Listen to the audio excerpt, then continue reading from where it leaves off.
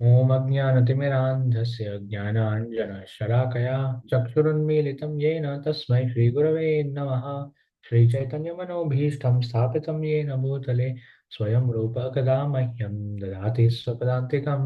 वन्देऽहं श्रीगुरो श्रीयुतपदकमलं श्रीगुरून् वैष्णवांश्च श्रीरूपं साग्रजातं सहगणरघुनाथान्वितं तं सजीवं साद्वैतं सावधूतं परिजनसहितं कृष्णचैतन्यदेवं श्रीराधा कृष्णपादान् सगणललिता श्रीवशाखान्वितांश्च। हे कृष्ण करुणा सिन्धो दीनबन्धो जगत्पते गोपेश गोपिका कान्त राधा कान्त नमोऽस्तुते। तप्त काञ्चन गौराङ्गी राधे वृन्दावनेश्वरी वृषभानुसुते देवी प्रणमामि हरिप्रिये। वाञ्छाकल्पतरुभ्यश्च कृपा सिन्धुभ्यैव च पतितानां पावनेभ्यो वैष्णवेभ्यो नमो नमः। नमो ॐ विष्णुपादाय कृष्णप्रेष्ठाय भूतले श्रीमते Bhaktivedanta स्वामिनिति नामिने। What was the other one? नमस्ते सारस्वते देवे गौरवाणी प्रचारिणे निर्विशेष शून्यवादी पाश्चात्य देशतारिणे। जय श्री कृष्ण चैतन्य प्रभु नित्यानंद श्री अद्वैत गदाधर श्रीवासादि गौर भक्त वृंदा। हरे कृष्णा कृष्ण कृष्ण हरे हरे हरे राम राम राम हरे हरे। हरि बोल जय Shri Prabhupada. Oh, thank you so much, Prabhu. Hare Krishna. Almost forgot that Prabhu. second part again. Oh, you at the end you remembered it nicely.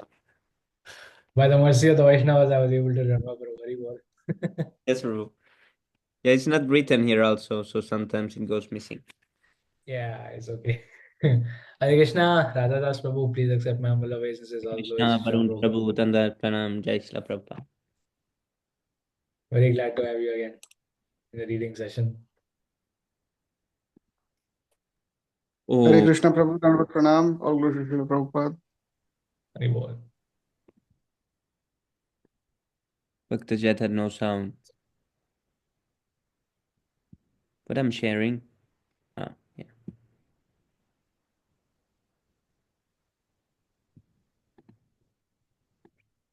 Okay, let's see what we are gonna read today.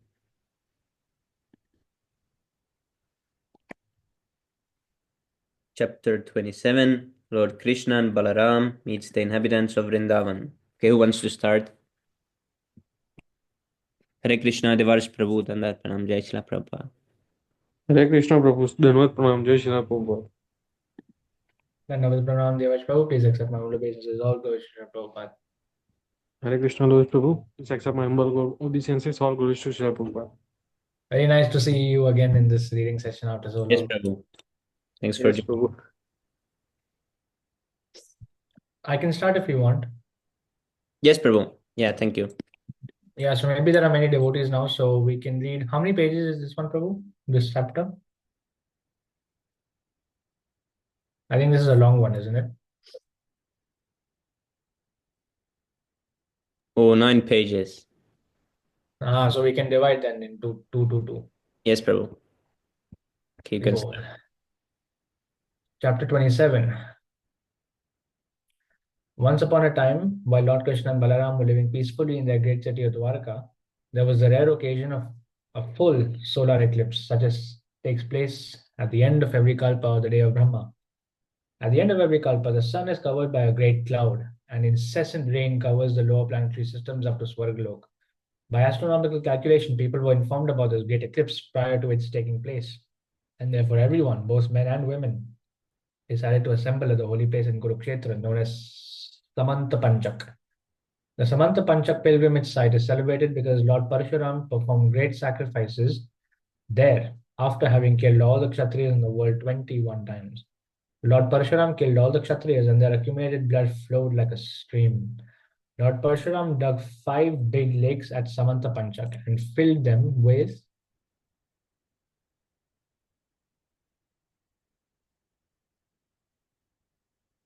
his blood. Lord Parshuram is Vishnu Tattva. As stated in the Ishopanishad, Vishnu Tattva cannot be contaminated by any sinful activity. Yet, although Lord Parshuram is fully powerful and uncontaminated, in order to exhibit his ideal character, he performed great sacrifices at Samanta Panchak to atone for his so-called sinful killing of the Kshatriyas. By his example, Lord Parshuram established that the killing art, although sometimes necessary, is not good. Lord Parshuram considered himself culpable for the sinful killing of the Kshatriyas. Therefore, how much more are we culpable for such abominable, unsanctioned acts? Thus, killing of living entities is prohibited from time immemorial all over the world. Taking advantage of the occasion of the solar eclipse, all important persons visited the holy place of pilgrimage. Some of the important personalities are mentioned as follows. Among the elderly persons, there were Akrur, Vasudeva, and Ugrasen. Among the younger generation, there were Gad, Pradyumna, Sam, and many other members of the Yadu dynasty who had come there with a view to atone for sinful activities accrued in the course of discharging their respective duties. Because almost all the members of the Yadu dynasty went to Kurukshetra, some important personalities like Anirudh, the son of Pradyumna, and Kritavarma, the commander-in-chief of the Yadu dynasty, along with Suchandra, Shuk, and Sharan, remained in Dwarka to protect the city. All the members of the Yadu dynasty were naturally very beautiful, and yet on this occasion, when they appeared duly decorated with gold necklaces and flower garlands, dressed in valuable clothing, and properly armed with their respective weapons, their natural beauty and personalities were 100 times enhanced. The members of the Yadu dynasty came to Kurukshetra in their gorgeously decorated chariots resembling the airplanes of the demigods, pulled by big horses that moved like waves of the ocean, and some of them rode on sturdy, stalwart elephants that moved like the clouds in the sky. Their wives were carried on beautiful palanquins by beautiful men whose features resembled those of the Vidyadhars. The entire assembly looked as beautiful as an assembly of the demigods of heaven. After arriving in Kurukshetra, the members of the Yadu dynasty took their baths ceremoniously, with self-control, as enjoined in the Shastras, and they observed fasting for the whole period of the eclipse in order to nullify the reactions of their sinful activities. Since it is a Vedic custom to give in charity as much as possible during the hours of the eclipse, the members of the Yadu dynasty distributed many hundreds of cows in charity to the Brahmanas. All those cows were fully decorated with nice dress and ornaments. The special feature of these cows was that they had golden ankle bells and flower garlands on their necks. All the members of the Yadu dynasty again took their baths in the lakes created by Lord Parshuram. After this, they sumptuously fed the Brahmanas with first-class cooked food, all prepared in butter. According to the Vedic system, there are two classes of food. One is called raw food and the other is called cooked food. Raw food does not include raw vegetables and raw grains, but food boiled in water, whereas cooked food is made in ghee. Chapatis, dal, rice, and ordinary vegetables are called raw foods, as are fruits and salads. But puris, kachoris, sangosas, sweet balls, etc. are called cooked foods. And all the Brahmanas invited on that occasion by the members of the Yadu dynasty were fed sumptuously with cooked food. The ceremonial functions performed by the members of the Yadu dynasty externally resemble the ritualistic performances performed by the Karmis. When a Karmi performs some ritualistic ceremony, his ambition is sense gratification, good position, good wife, good house, good children, or good wealth. But the ambition of the members of the Yadu dynasty was different. Their ambition was to offer perpetual faith and devotion to Krishna. All the members of the Yadu dynasty were great devotees. As such, after many bursts of accumulated pious activities, they were given the chance to associate with Lord Krishna. In going to take their baths in the place of pilgrimage at Kurukshetra or observing the regulative principles during the solar eclipse or feeding the Brahmanas, in all their activities, they were simply thought of devotion to Krishna. The ideal worshipable Lord was Krishna and no one else. Anyone else would like to continue from here? Maybe Varun Prabhu? Sure, Prabhu, I will. Very well. After feeding the Brahmanas, it is the custom for the host, with their permission, to accept prasadam. Thus, with the permission of the Brahmanas, all the members of the Yadu dynasty took lunch. Then they selected resting places underneath big shadowy trees, and when they had taken sufficient rest, they prepared to receive visitors, among whom there were relatives and friends, as well as many subordinate kings and rulers. They were the rulers of the Matsya province, Usinara province, Koshal province, Vidarbha province, Kuru province, Srinjaya province, Kamboja province, Kekaya province, and many other countries and provinces. Some of the rulers belonged to opposing parties and some were friends. But above all, the visitors from Vrindavan were most prominent. The residents of Vrindavan, headed by Nanda Maharaj, had been living in great anxiety because of separation from Krishna and Balaram. Taking advantage of the solar eclipse, they all came to see their life and soul, Krishna and Balaram. The inhabitants of Vrindavan were well wishers and intimate friends of the Yadu dynasty. This meeting of the two parties after long separation was a very touching incident. Both the Yadus and the residents of Vrindavan felt such great pleasure in meeting and talking together that it was a unique scene. Meeting after long separation, they were all jubilant. Their hearts were throbbing and their faces appeared like freshly bloomed lotus flowers. There were drops of tears falling from their eyes. The hair on their bodies stood on end, and because of their extreme ecstasy, they were temporarily speechless. In other words, they began to dive in the ocean of happiness. While the men were meeting in that way, the women were also meeting one another in the same manner. They were embracing each other in great friendship, smiling very mildly, and looking at one another with much affection. When they were embracing each other in their arms, the saffron and kumkum spread on their breasts was exchanged from one person to another, and they all felt heavenly ecstasy. Due to such heart to heart embracing, torrents of tears glided down their cheeks. The juniors were offering obeisances to the elders, and the elders were offering their blessings to the juniors. They were thus welcoming one another and asking each other's welfare. Ultimately, however, all their talk was only of Krishna. All the neighbors and relatives were connected with Lord Krishna's pastimes in this world, and as such, Krishna was the center of all their activities. Whatever activities they performed, social, political, religious, or conventional, were transcendental. The real elevation of human life rests on knowledge and renunciation. As stated in the Srimad Bhagavatam in the first canto, devotional service rendered to Krishna automatically produces perfect knowledge and renunciation. The family members of the Yadu dynasty and cowherd men of Vrindavan had their minds fixed on Krishna. That is the symptom of all knowledge. And because their minds were always engaged in Krishna, they were automatically freed from all material activities. This stage of life is called Yukta Vairagya, as enunciated by Sri Rupa Goswami. Knowledge and renunciation, therefore, do not mean dry speculation and renunciation of activities. Rather, one must start speaking and acting only in relationship with Krishna. In this meeting at Kurukshetra, Kunti Devi and Vasudev, who were sister and brother, met after a long period of separation along with their respective sons and daughters in law, wives, children, and other family members. By talking among themselves, they soon forgot all their past miseries. Kunti Devi especially addressed her brother Vasudev as follows: My dear brother, I am very unfortunate because not one of my desires has ever been fulfilled.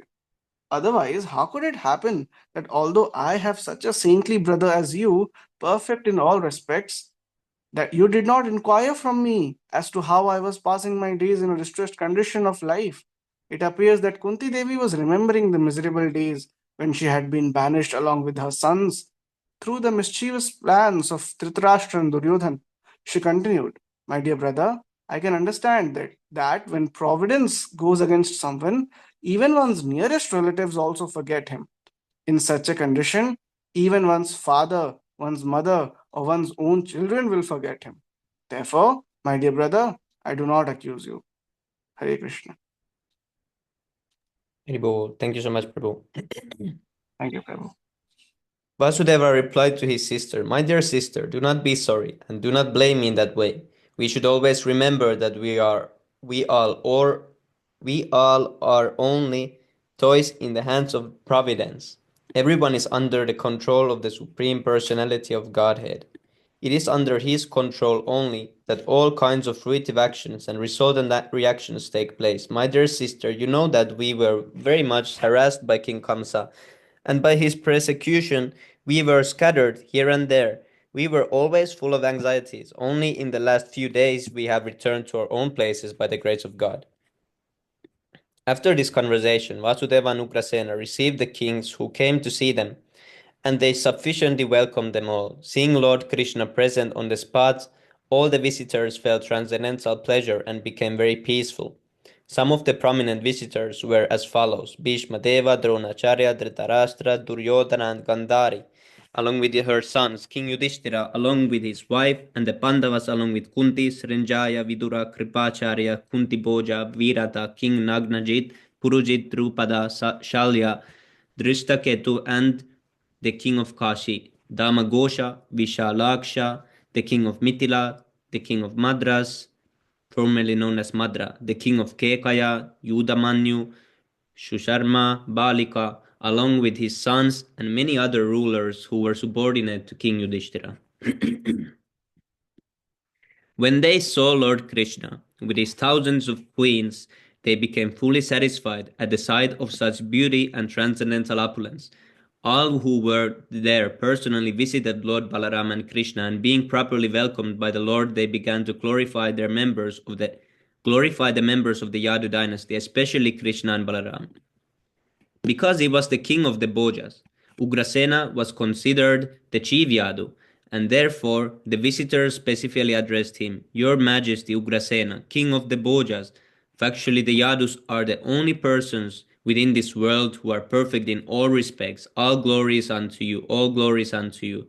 The specific condition of your perfection is that you are always seeing Lord Krishna, who is sought after by many mystic yogis undergoing severe austerities and penances for great numbers of years. All of you are in direct touch with Lord Krishna at every moment. All the Vedic hymns are glorifying the Supreme Personality of Godhead, Krishna. The Ganga water is considered sanctified because of its being the water used to wash the lotus feet of Lord Krishna. The Vedic literatures are nothing but the injunctions of Lord Krishna. The purpose of the study of all the Vedas is to know Krishna. Therefore, the words of Krishna and the message of his pastimes are always purifying. By the influence of time and circumstances, all the opulences of this world had become almost completely wiped out. But since Krishna has appeared on this planet, all auspicious features have again appeared due to the touch of his lotus feet. Because of his presence, all our ambitions and desires are gradually being fulfilled. Your Majesty, King of the Bhojas, you are related with the Yadu dynasty by matrimonial relationship and by blood relationship also. As a result, you are constantly in touch with Lord Krishna, and you have no difficulty in seeing him at any time. Lord Krishna moves with you, talks with you, sits with you, rests with you, and dines with you. The Yadus appear to be always engaged in worldly affairs which are considered to lead to the royal road to hell, but due to the presence of Lord Krishna, the original personality of Godhead in the Vishnu category, who is omniscient, omnipresent, and omnipotent, all of you are factually relieved from all material contamination and are situated in the transcendental position of liberation and Brahman existence. When they had heard that Krishna would be present in Kurukshetra because of the solar eclipse, the residents of Vrindavan, headed by Maharaj Nanda, had also decided to go there, and therefore all the members of the Yadu dynasty were attending King Nanda, accompanied by his cowherd man, had loaded all the necessary paraphernalia on bullock carts, and all of the Vrindavan residents had come to Kurukshetra to see their beloved son Lord Balaram and Lord Krishna. When the cowherd men of Vrindavan arrived in Kurukshetra, all the members of the Yadu dynasty became most pleased. As soon as they saw the residents of Vrindavan, they stood up to welcome them, and it appeared that they had again regained their life. Both had been very eager to meet, and when they actually came forward and met, they embraced one another to their heart's satisfaction and remained in embrace for a considerable time. Okay, Haribol, who wants to continue from this part? Jordan Prabhu, would you like to continue reading?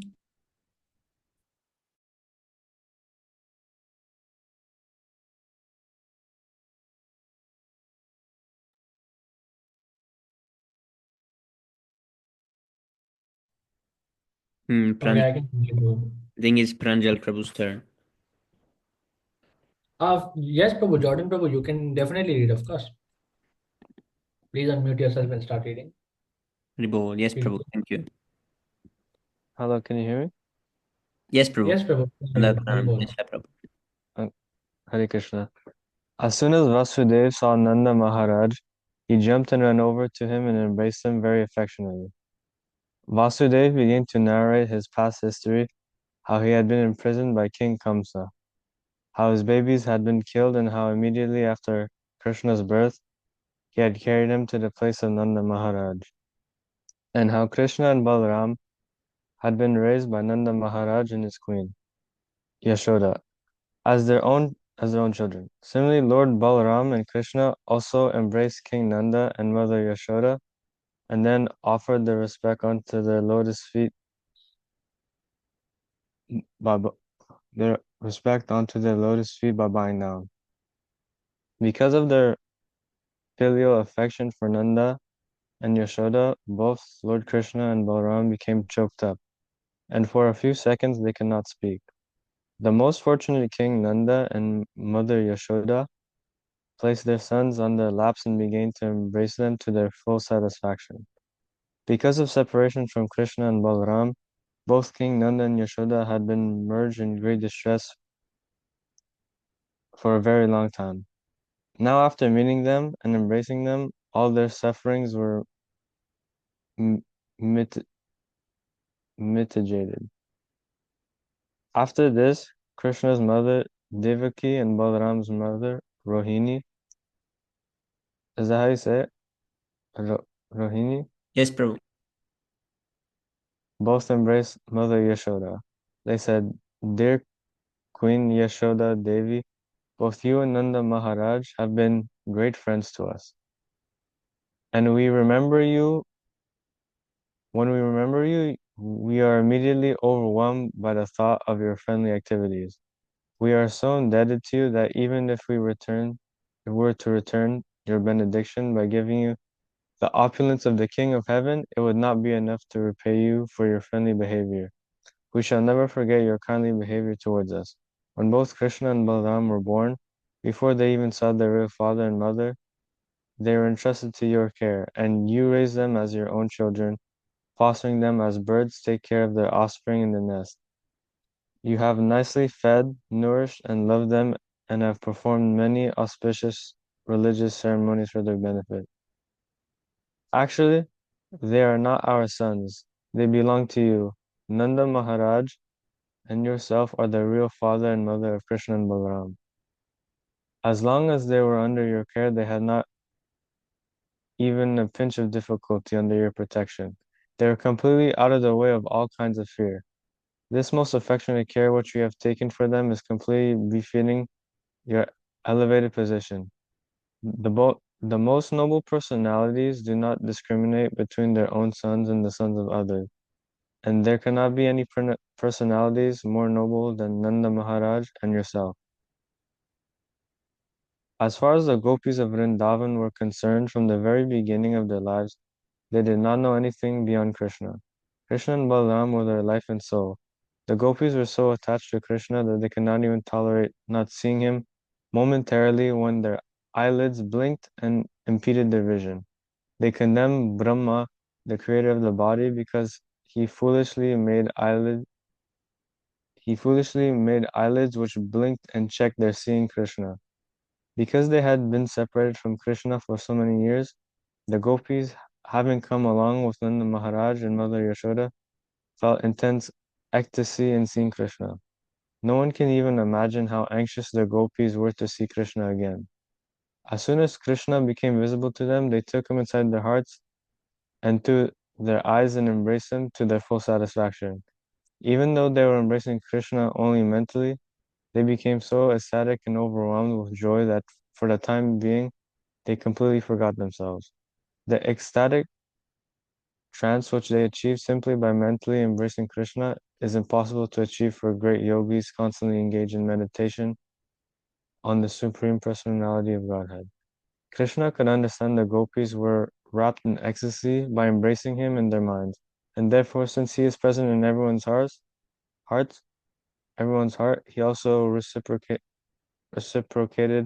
the embracing from within.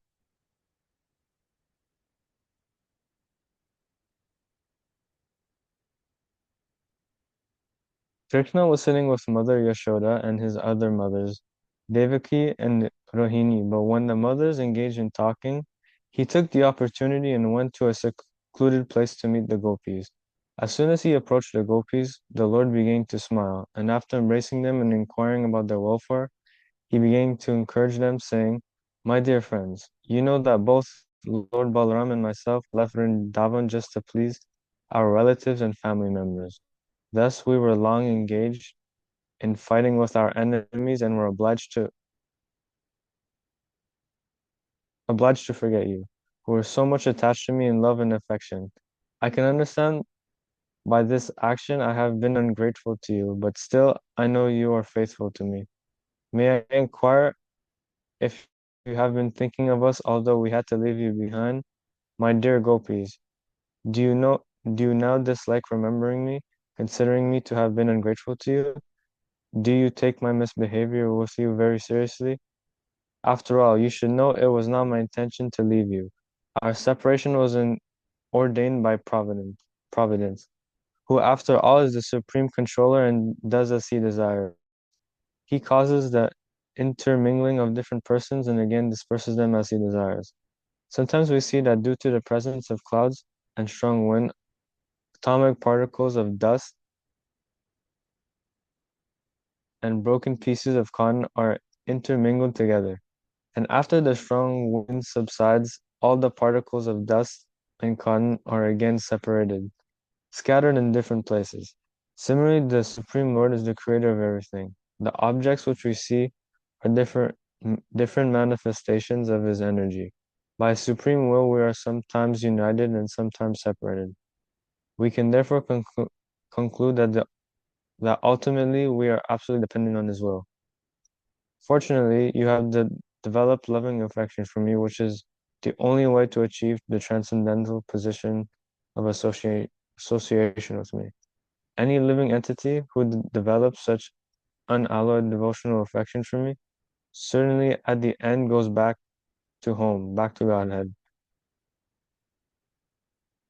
In other words, una- unalloyed devotional service and affection for me are the cause of supreme liberation.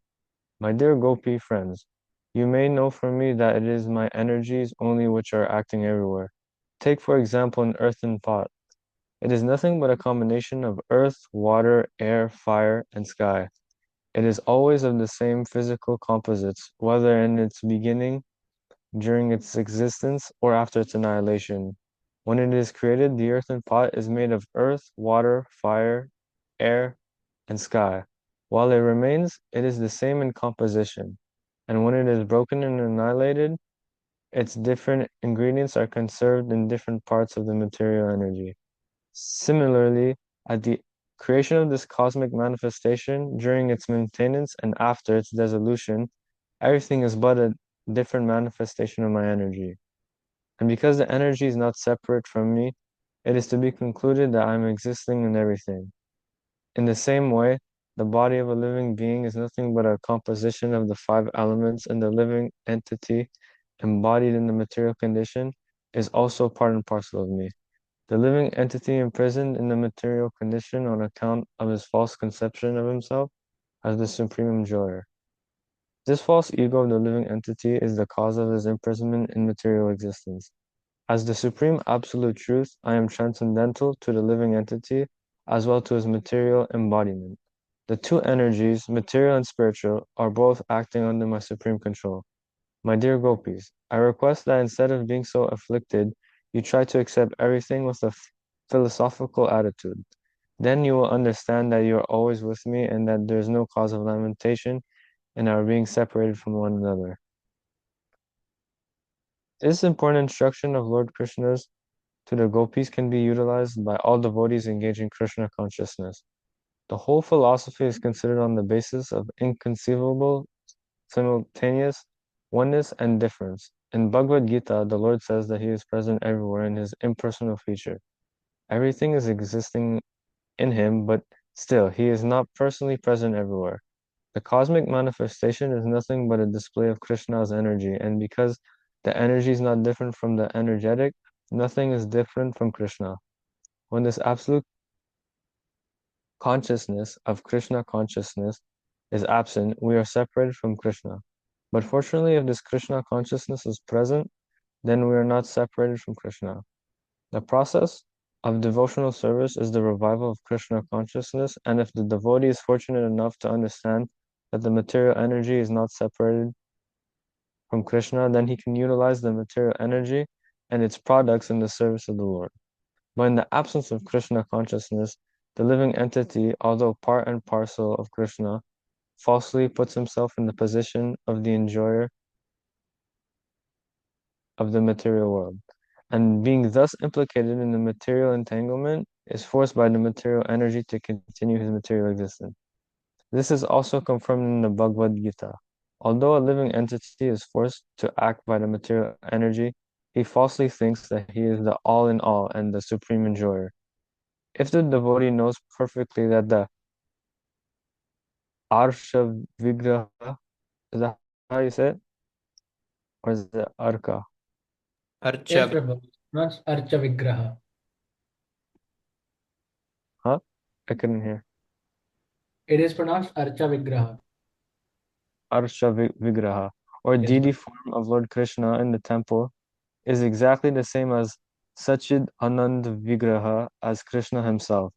Then his service to the temple deity becomes direct service to the Supreme Personality of Godhead. Similarly, the temple itself, the temple per, peripher, peripheranlia, and the food offered to the deity are also not separate from Krishna. One has to follow the rules and regulations prescribed by the acharyas, and thus, under superior guidance, Krishna realization is fully possible, even in this material existence. Should I continue reading? Yes, Prabhu. Okay. The gopis, having been instructed by Krishna in this philosophy of simultaneous oneness and difference, remain always in Krishna consciousness and thus became liberated from all material contamination. The, the consciousness of the living entity who falsely presents himself as the enjoyer of the material world is called Jiva Kosha. Is it Kosha or Kosa? Kosh, Prabhu. You're right. Okay. Which means imprisonment by the false ego. Not only the gopis, but anyone who follows these instructions of Krishna becomes immediately freed from the Jiva Kosha imprisonment. A person in full Krishna consciousness is always liberated from false egoism. He utilizes everything for Krishna's service and is not at any time separated from Krishna. The gopis therefore prayed to Krishna, Dear Krishna, from your navel emanated the original lotus flower, which is the birth site of Brahma, the creator. No one can estimate your glories or your opulence, which therefore remains always a mystery even to the highest thoughtful men, the masters of all yogic power. The conditioned soul fallen into the dark well of this material existence can very easily, however, take shelter of the lotus feet of Lord of the lotus feet of Lord Krishna. Thus his deliverance is guaranteed. The gopis continued, Dear Krishna, we are always busy in our family affairs. We have therefore requested that you remain within our hearts as the rising sun, and will that will be your greatest benediction. The gopis are always liberated souls because they are fully in Krishna consciousness. They only pretended to be entangled in household affairs in Vrindavan. In spite of their long separation, the inhabitants of Vrindavan, the gopis, were not interested in the idea of going with Krishna to his capital city, Dwarka. They wanted to remain busy in Vrindavan and thus feel the presence of Krishna in every step of their lives. They immediately invited Krishna to come back to Vrindavan. This transcendental existence of the gopis is the basic principle of Lord Chaitanya's teaching. The Rath Yatra festival is observed by Lord Chaitanya. It is the emotional process of taking Krishna back to Vrindavan. Srimati Radharani refused to go with Krishna to Dwarka to enjoy his company in the atmosphere of royal opulence, but wanted to enjoy his company in the original Vrindavan atmosphere. Lord Krishna, being profoundly attached to the gopis, never goes away from Vrindavan, and the gopis and other residents of Vrindavan remain fully satisfied in Krishna consciousness. Thus ends the Bhakti Vedanta purport of the second volume, 27th chapter of Krishna. Lord Krishna and Balaram meet the inhabitants of Vrindavan. Haribo. Haribo. Thank you so much, Such Jordan. a beautiful reader you are, Prabhu. Yes, Thank Prabhu. you. Sorry for any mispronunciations or Prabhu, you did. anything. Ah, Thank you so much. you read better than Bravo, every one of us. actually, you have a very Thank you good for the voice, opportunity. like a documentary reader. But Yes. I thought you sound like a British documentary reader. Like the first time I heard about you, it was like it sounded like what the like yeah. Yes, Prabhu. Really nice. Thank you. Very nice to read. Okay, tomorrow we Thank continue. you, Prabhus. 1, 2, 3, 4, 5. Yeah, tomorrow we read Draupadi meets Queens of Krishna. Or Monday. I'm not sure. Depends on how long the Istagopi session is tomorrow. Okay. Prabhus, I can only attend weekend readings because the time here is not the same as the reading session for Okay, you yes. guys. So I will be in school during the Yeah. weekdays, but weekends, on Saturday and Sunday I can. Yes, Prabhu. Yeah, I'll try to do tomorrow also. Okay, Now, whatever is easy for you. But I'm just letting you know. yes, Prabhu. Thank you so much for joining today. Thank you. Okay, now let's chant the Shikshastakam prayers. चेतोदर्पणमार्जनं भवमहादवाग्निर्वापनं श्रेयः कैरवचन्द्रिकावितरणं विद्यावादुजीवनम् आनन्दं बुद्धिवर्धनं प्रतिपदं पूर्णामृतस्वादनं सर्वात्मा स्नपनं परं विजयते श्रीकृष्णसङ्कीर्तनम्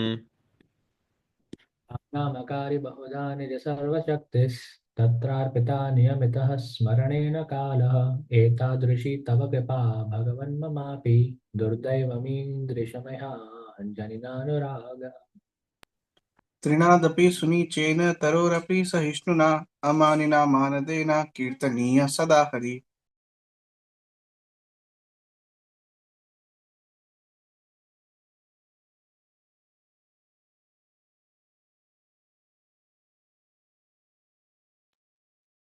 न धनं न जनं न सुन्दरीं कवितां जगदीश कामये मम जन्मनि जन्मनीश्वरे भवताद्भक्तिरहैतुकी त्वयि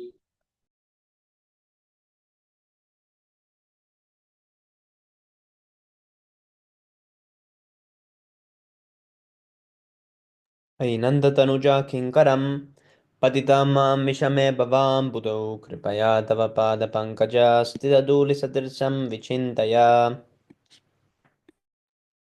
नयनं गलदश्रुधारया वदनं गद्गदरुद्धया गिरा पुलकैर्निचितं वपु कदा तव नाम गृहणे भविष्यति तव नाम ग्रहणे भविष्यति युगायतं निमेषेण चक्षुषा प्रावृषायतं शून्यायतं जगत्सर्वं गोविन्दविरहेण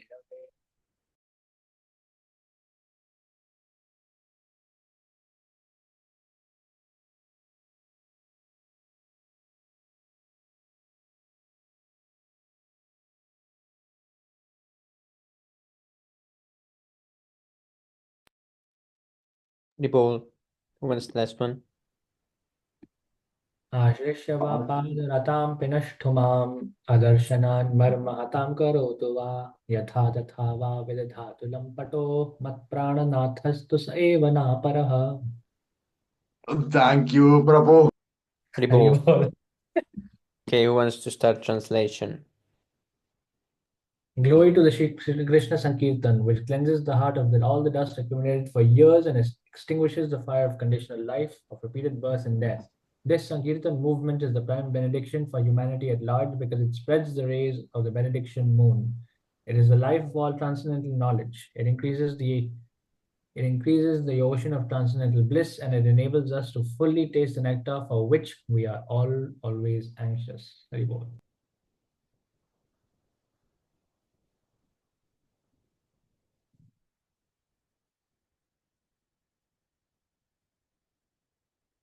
Ripple. O my Lord, your holy name alone can render all benediction to living beings. And thus you have hundreds and millions of names like Krishna and Govinda. In these transcendental names, you have invested all your transcendental energies.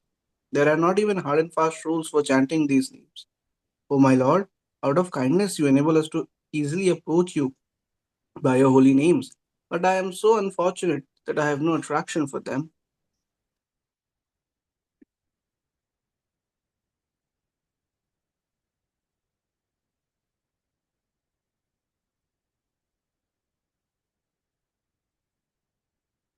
One should chant the holy name of the Lord in a humble state of mind, thinking oneself lower than the straw in the street.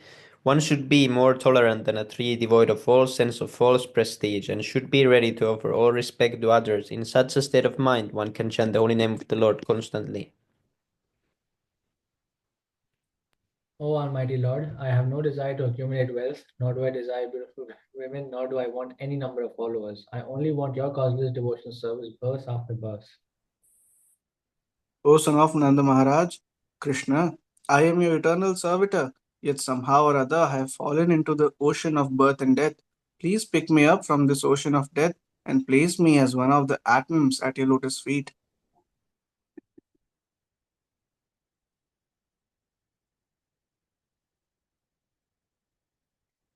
O O my my Lord. Okay. You continue, Prabhu. when will my eyes be decorated with tears of love, flowing constantly when I chant your holy name? When will my voice choke up, and when will the hairs of my body stand on end at the recitation of your name?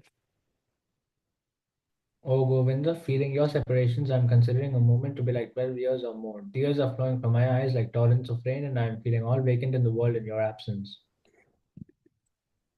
I know no one but Krishna as my Lord, and he shall remain so, even if he handles me roughly by his embrace or makes me broken-hearted by not being present before me. He is completely free to do anything and everything, for he is always my worshipful Lord, unconditionally. Sri Siksastakam Ki Jai. Prabhu. Thank you so much, Prabhu. Okay, Ki now Jai. we read the 10 offenses. The first offense, to blaspheme the devotees who have dedicated their lives for propagating the holy name of the Lord. Second offense is to consider the names of other demigods like Lord Brahma and Lord Shiva to be equal or greater than Lord Krishna's name. Yeah. To disobey the orders of the spiritual master, number 3. To disobey the orders of spiritual master or to consider him an ordinary person. Ribol. Okay, 4. To blaspheme the Vedic scriptures or scriptures in pursuance to the Vedic version. Fifth one To is consider the chanting of Hare Krishna as imagination. Ribol. To give some interpretation to the holy name of the Lord. To commit sinful activities on the strength of the holy name. To consider the chanting of Hare Krishna as one of the auspicious ritualistic activities which are offered in the Vedas as fruitive activities, karma kanda. To instruct the faithless person about the glories of the holy name. To not have complete faith in the chanting of the holy name and to maintain material attachments, even after understanding so many instructions on this matter. It is also an offense to be inattentive while chanting. Every devotee who claims to be a Vaishnava must guard against these offenses in order to quickly achieve the desired success. Krishna Prema. Ribol.